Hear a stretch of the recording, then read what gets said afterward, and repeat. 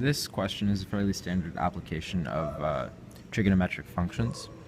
So a buoy bobs up and down in the lake. The distance between the highest point and the lowest point is 1.5 meters. It takes 6 seconds for the buoy to move to its highest point, to its lowest point, and back to its highest point. The first part of the question asks us to A, model the vertical displacement v in meters of the buoy as a function of time, t, in seconds. Assume that the buoy has its equilibrium point at t equals 0 and that the buoy is on its way down at the time. Okay, so what we have to do is we need to take our givens first. So we know that the amplitude is 1.5 meters because that's the distance from the highest point and the lowest point.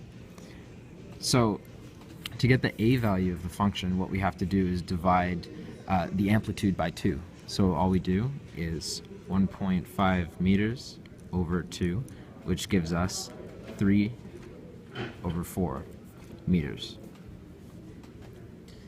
And then to find the k value, all we have to do is take 2 over pi, so 1 full rotation, or 1 full period, and divide it by 6 seconds, which gives us pi over 3 for our k value.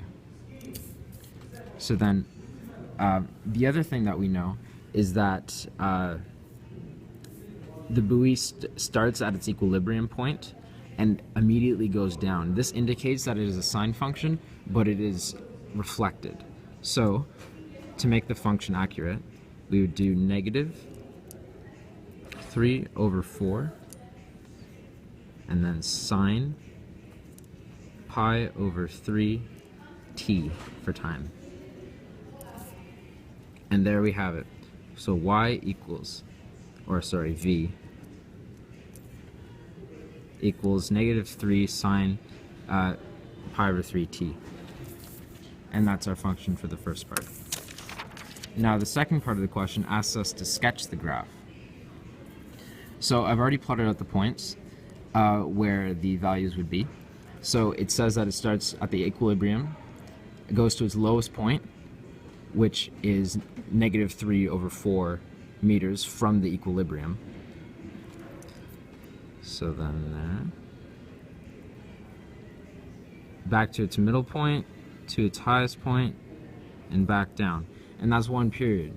However, it asks us to do it over 2 cycles. So we will continue to 4 pi.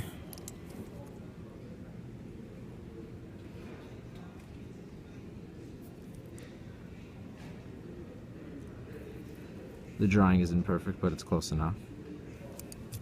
Alright, so there we have our function of the buoy.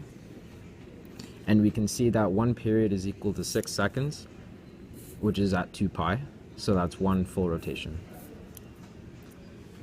Thank you for listening. I hope that answers your question.